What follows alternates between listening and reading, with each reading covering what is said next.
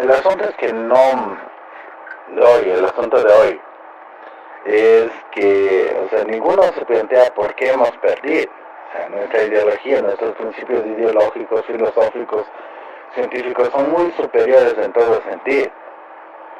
Pero hemos perdido, entonces no se plantea el por qué hemos perdido. Entonces ahí hay que ver qué es lo que pasó en el siglo XX. ¿Por qué? De tener el primer estado del mundo, ir consolidando procesos de liberación nacional y procesos de izquierda, retrocedimos. O sea, desde la guerra de Vietnam se dio un retroceso brutal entre los procesos nacionalistas de los países. Y no se plantea ninguna de las personas de ahí, no se plantea absolutamente nada. Por eso es que yo les cuestionaba a los del grupo de marxismo-leninismo ahí, ¿por qué hemos perdido? No se plantea ninguna la respuesta. No se dan planteamientos a las preguntas necesarias y encontrar las respuestas que necesitamos. Entonces no se plantean eso. Entonces cuando yo me pongo a ver, ¿qué pasa en el siglo XX? Ya, a ver, guerra de Vietnam, perdieron los gringos, ¿qué hicieron? ¿Qué es lo que hicieron? Aprendieron de contrainsurgencia, desarrollaron contrainsurgencia. Y si nos vamos más atrás, Segunda Guerra Mundial, inicio de la Guerra Fría, todos los mecanismos del fascismo alemán los acopiaron los gringos a su sociedad de forma sistemática y de colores, hasta hoy en día. Entonces hay que ver cómo es que lo hicieron. Y cuando uno se pone a ver, todo eso, o sea, básicamente son los mecanismos del fascismo. ¿Y dónde está su orientación? ¿Y cuáles fueron los sectores que plantearon eso? Entonces nosotros no nos enfrentamos solo al capitalismo del siglo XIX o del siglo XX, nos estamos enfrentando a un mundo fascista. Los sectores que destruyen, que quieren destruir el concepto de Estado-Nación, son los sectores que alguna vez financiaron el fascismo alemán. Y fueron los que empezaron la guerra contra el primer Estado obrero del mundo. Los vencimos, sí, pero en ese entonces estaba la URSS. Hoy no tenemos a la URSS. Entonces ahí no sabemos qué hacer. Entonces el problema aquí es entender qué fue lo que pasó, por qué nos vencieron. Nuestra ideología, nuestros principios ideológicos, filosóficos y científicos son superiores, pero hemos perdido, y es donde queda por qué. ¿Cómo opera la contrainsurgencia? Tanto a nivel político, económico e institucional de las sociedades. ¿Por qué cuando un grupo se va desarrollando lo desintegra? Y por ejemplo, si nos vamos a las panteras negras utilizaron formas maquiavélicas para destruirlo y minarlas desde adentro. Y si nos ponemos a ver ese contexto histórico con el que ahora vivimos, por ejemplo, la acción de los vientos del pueblo, por ejemplo, aquí en Quito. O sea, vientos del pueblo y los guevaristas son un grupo que iba creciendo y estaba teniendo forma. Pero obviamente los guevaristas no tienen principios claros de qué es lo que deban de hacer. Todavía son muy desorganizados.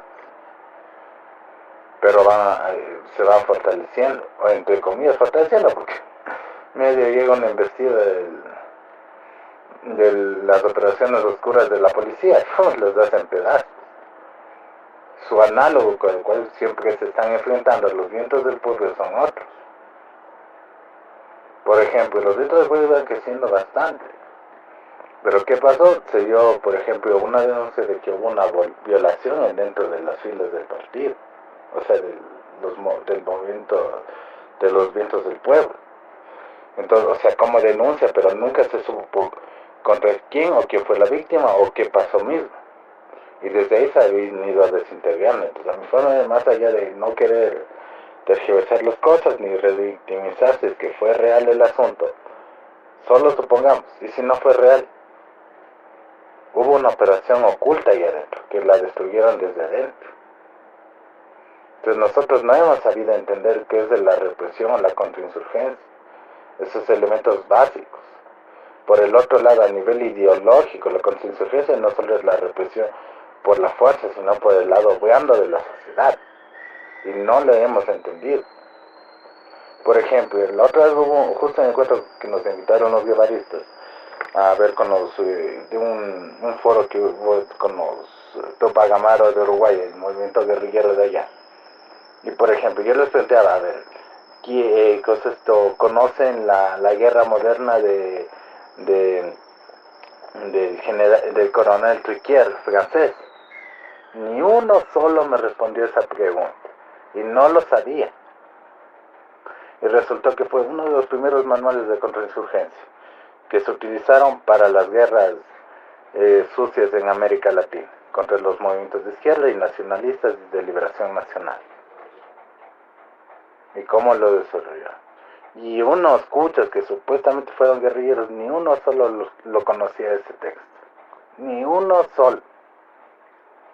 Pues ahí también el hecho de que hemos dejado de lado la cuestión marcial que debe tener un comunista. Entonces hay muchas cosas que hay que reparar por adentro del partido y consolidar. Y por el otro plantearnos qué es el partido. Porque, por ejemplo, yo me he pagado de centros de inteligencia y servicios de espionaje. Son básicamente conspiradores. Y hacia ellos está jugando la intelectualidad suprema del mundo. Los Lyndon LaRouche son fundaciones intelectuales. Entonces, el partido tiene que ser un think tank, un tanque de pensamiento en el cual desarrolle esos elementos conceptuales, teóricos y científicos, y que plantee qué es el mundo que vivimos, el mundo que va a haber en el futuro, y cómo lo enfrentamos.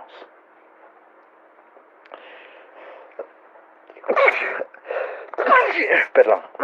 Primero, para sobrevivencia y construcción del Estado-Nación, y después de ahí sí plantear los elementos de revolución del futuro, sea hacia la liberación nacional y después hacia el socialismo. A lo menos está ahí, trate de leerse con el programa de Pedro Saad, el secretario histórico del Partido Comunista Ecuatoriano, del Ecuador. Él plantea primero una revolución nacional democrática antes de impulsar una revolución socialista. Entonces hay que tener claros los elementos conceptuales de hoy en día.